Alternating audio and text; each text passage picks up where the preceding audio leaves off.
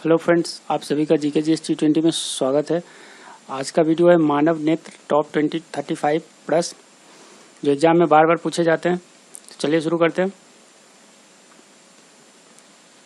पहला क्वेश्चन है, प्रकाश की किस घटना के कारण मनुष्य आंखों से देख पाता है? तो आप लोग को यदि इसका आंसर पता है तो आप इसका आंसर आप कमेंट में टाइप कर सकते हैं।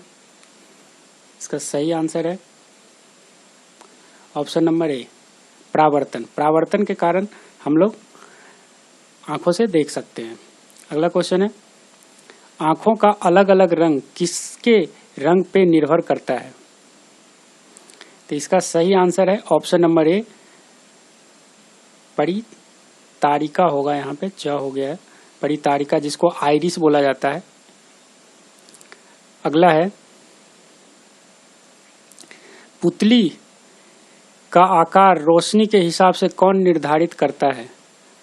तो ये भी आइरिस निर्धारित करता है यहाँ पे। तो अगला क्वेश्चन है, एक समान मनुष्य के लिए सुस्पष्ट दृष्टि की न्यूनतम दूरी होती है। तो इसका सही आंसर है ऑप्शन नंबर ए, 25 सेंटीमीटर। देखिए यहाँ पे ऑप्शन सेंटीमीटर में कहीं कहीं ये मिलीमीटर में भी रहता है, मीटर में भी रहता है। तो आप लोग ऑप्शन में देख लीजिएगा कि 25 सेंटीमीटर इक्वल टू कितना मिलीमीटर है, आप लोग डिवाइड करके देख सकते हैं। अगला है, मानव आंख में आंसू किस ग्रंथि द्वारा निकलते हैं? तो इसका सही आंसर है ऑप्शन नंबर सी, लैक्रिमल ग्रंथि। अगला है, धूप या ज्यादा रोशनी में पुतली के आकार पर क्या फर्क पड़ता है? पुतली को इंग्लिश में प्यूपल भी बोलते हैं, यहाँ पे लिखा हुआ है प्यूपिल। तो देखिए, ज़्यादा धूप में जाने से क्या होता है, पुतली का आकार छोटा हो जाता है। क्या होता है, क्वेश्चन घुमा के भी आता है। एक क्वेश्चन आता है कि हम लोग अचानक जब रूम से बाहर धूप में जाते हैं तो आँख का पुतली क्या होता है? तो वहाँ पे क्या होता है, वो सिकुड़ के छोटा हो जाता है। और या इससे उल्टा भी क्वेश्चन पूछा जाता है कि जब हम अचानक धूप से रूम के अंदर जाते हैं तो क्या असर पड़ता है? मतलब ज़्यादा धूप से हम लोग अंधेरा में जाते हैं, तब हम लोग का पुतली क्या होता है, बड़ा हो जाता है, ताकि आँख में ज़्यादा रोशनी जा सके और हम लोग देख सके। तो क्वेश्चन दोनों टाइप से आता है, आप लोग दोनों याद रखिए। मनुष्य के आँखों में कौन सा लेंस पाया जाता है? इसका सही आंसर होगा ऑप्शन नंबर डी, मनुष्य के आंखों में उत्तल लेंस पाया जाता है। इसी को इंग्लिश में कॉन्वेक्स लेंस भी बोला जाता है। तो आप याद, इसीलिए मैं यहाँ पे इंग्लिश और हिंदी दोनों वाला ऑप्शन ले लिया हूँ। तो आप देखिए, उत्तल लेंस या फिर आप कॉन्वेक्स लेंस। अगला, नेत्र दान के समय आंख का कौन सा भाग दान किया जाता है? इसका सही आंसर है option number B, cornea. Cornea, पूरा आंख नहीं दान किया जाता है, सिर्फ कॉर्निया दान किया जाता है।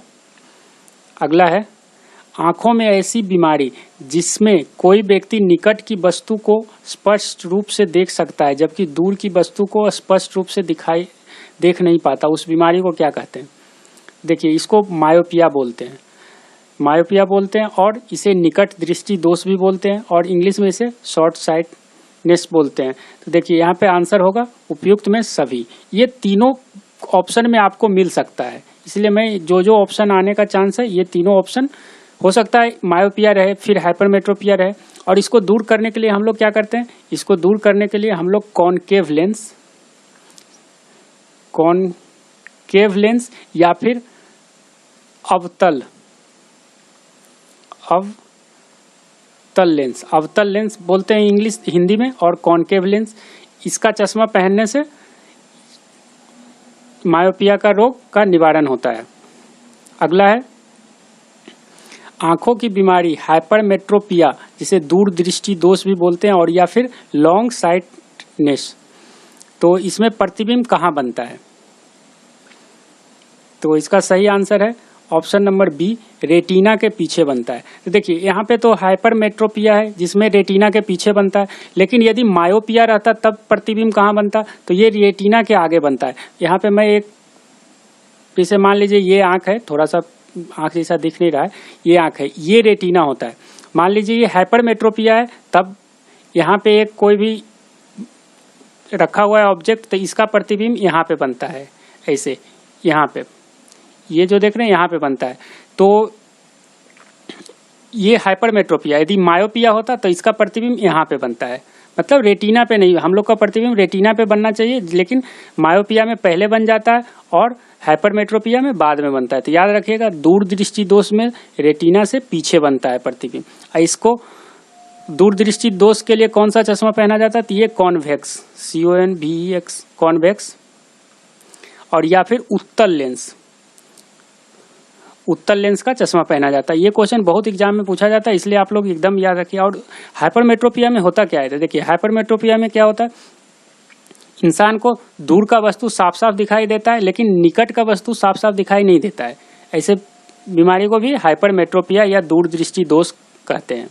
अगला देख लेते हैं, बुजुर्गों में सिलियरी मांसपेशी के सख्त होने से कौन सी बीमारी होती है? तो इसका सही आंसर होगा ऑप्शन नंबर डी, जरा दृष्टि दोष।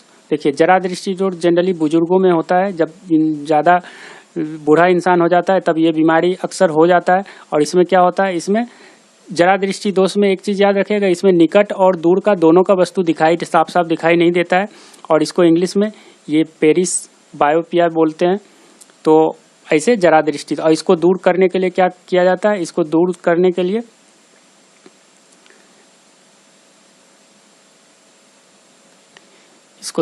के लिए बाइफोकल लेंस या फिर द्विफोकसीय, यहाँ पे मैं लिखना चाहूँगा bifocal lens, BIFOCL, bifocal lens का चश्मा पहना जाता है, या फिर हिंदी में बोले तो द्विफोकसीय, द्विफोकल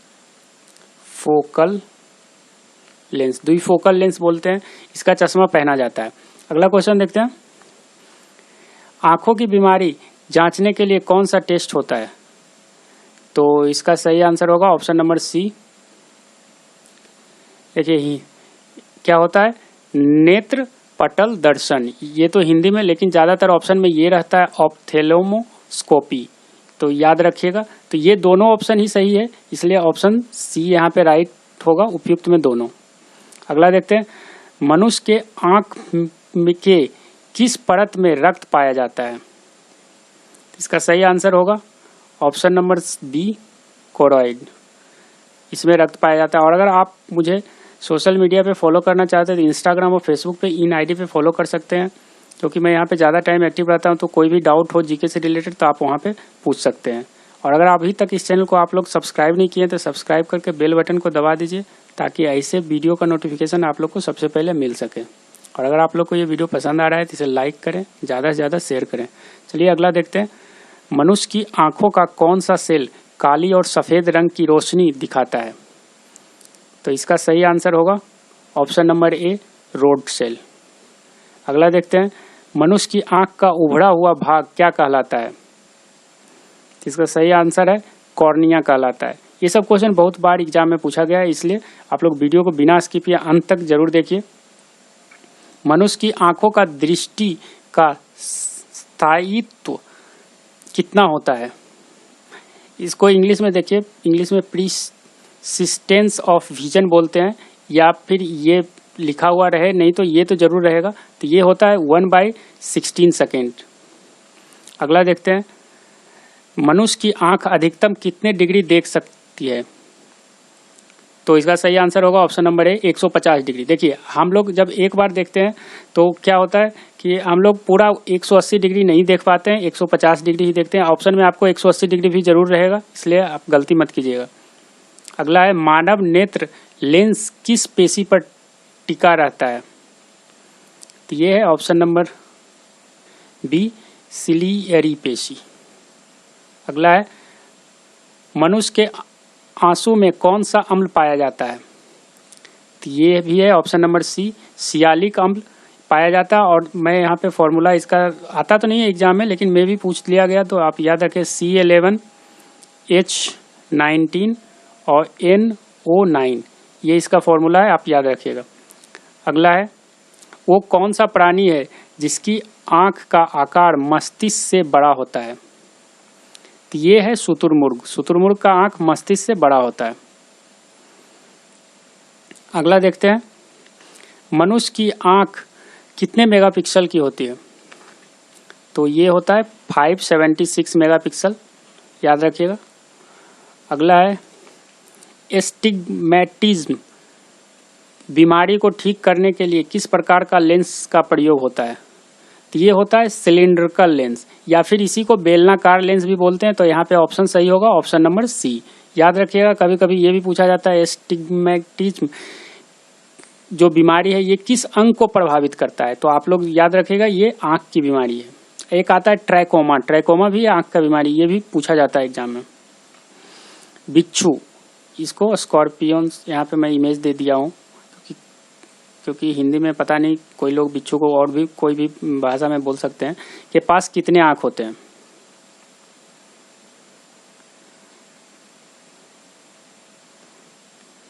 तो इसका सही आंसर होगा ऑप्शन नंबर 12। देखिए यहाँ पे एक क्वेश्चन और आता है, मधुमक्खी जो होता है उसका 5 आंख होता है, ये भी याद रखिएगा। और बॉक्स जेलीफिश का 24 आंख होता है, तो याद रखिएगा। ये तीनों क्वेश्चन भी एग्जाम में आया हुआ है, इसलिए आप याद रखिए। अगला है लेंस की प्रकाशीय शक्ति, पावर ऑफ लेंस का मात्रक क्या होता है? तो ये आसान है, इसका आंसर होता है पावर ऑफ लेंस का मात्रक डायोप्टर होता है। और देखिए पावर ऑफ लेंस होता क्या है, P इक्वल टू, ये फॉर्मूला भी आता है, P इक्वल टू 1/f होता है। यहाँ पे P है पावर ऑफ लेंस, F है फोकल लेंथ। आप याद रखिएगा ये फॉर्मूला, इससे रिलेटेड एक क्वेश्चन भी आता है, कभी फोकल लेंथ दे देता है, कभी पावर पूछता है। अगला देखते हैं, मनुष्य की आंख कौन सी परत मिलकर बना हुआ है? तो इसका सही आंसर होगा उपयुक्त में सभी, रेटिना, कोराइड और क्षेत्रपटल तीनों। कॉर्निया या आइरिस के बीच पाया जाने वाला तरल पदार्थ कौन सा होता है? तो ये होता है ऑप्शन नंबर सी, उपयुक्त में दोनों। इसको इंग्लिश में एक्वस ह्यूमर बोलते हैं, जलीय द्रव। तो यहाँ ऑप्शन सी सही होगा, दोनों। अगला देखते हैं, मनुष्य के आँखों आई बॉल को आकार कौन प्रदान करता है? इसका सही आंसर होगा ऑप्शन नंबर बी, वर्टिवर्स ह्यूमर। अगला है, मानव शरीर का कौन सा ऊतक जिसमें रक्त वाहिकाएं नहीं होती है? इसका सही आंसर है ऑप्शन नंबर ए, कॉर्निया। अगला है, आंखों के अध्ययन को क्या कहा जाता है? तो इसका सही आंसर होगा ऑप्शन नंबर डी, ऑप्थेल्मोलॉजी बोला जाता है। देखिए यहाँ पे हेमोटोलॉजी है, इसको क्या बोला जाता है? ये रक्त का अध्ययन है। और कार्डियोलॉजी हार्ट का अध्ययन है, और ऑस्ट्रियोलॉजी हड्डी का अध्ययन है। तो ये सब भी आप याद रखिए, ये सब भी क्वेश्चन पूछा जाता है। और अगर अध्ययन से रिलेटेड आप वीडियो देखना चाहते हैं तो ऊपर आई बटन में इसका लिंक है, आप लोग वहाँ पे लगभग 50 से 55 MCQ है, आप वहाँ पे जाके देख सकते हैं सारा जो रिलेटेड अध्ययन से रिलेटेड है। अगला है, रतौंधी को और किस नाम से जाना जाता है? इसका सही आंसर होगा ऑप्शन निक्लोपिया, रतौंधी को बोला जाता है। और देखिए इसको दूर कर, ये होता क्या किसके कारण है? ये विटामिन ए के डिफिशियंसी के कारण होता है, ये भी याद रखिए, एग्जाम में आया था। अगला है, एक समस्या जिसमें ऐसा लगता है कि आंखें एक ही समय में एक ही दिशा में नहीं देखती है, तो इसको बोला जाता है तिर्यक दृष्टि। यहाँ पे इंग्लिश में इसको बोलते हैं ये स्ट्रैबिस्मस, उपयुक्त में दोनों होगा, आप दोनों ऑप्शन देख लीजिए। अगला है, किसी भी लेंस का सूत्र, लेंस फॉर्मूला क्या होता है?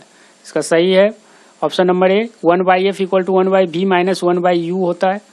और देखिए ये तो लेंस का फॉर्मूला है, यदि मिरर का फॉर्मूला बोले तो सिर्फ यहाँ पे प्लस हो जाएगा, ये मिरर का फॉर्मूला है। तो आप लेंस और मिरर का दोनों का फॉर्मूला याद रखिए, ये मिरर का है और ये लेंस का है। ऑप्शन नंबर ए सही है इस क्वेश्चन का।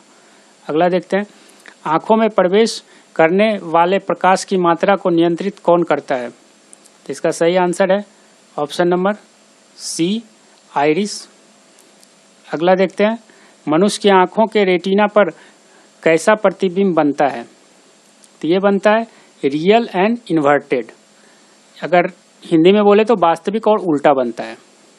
अगला क्वेश्चन, आंखों की बीमारी, ऐसी बीमारी जिसमें आंसू सूख जाता है, तो इसको बोलते हैं जेरोथेल्मिया, याद रखिएगा, ये क्वेश्चन इंपॉर्टेंट है।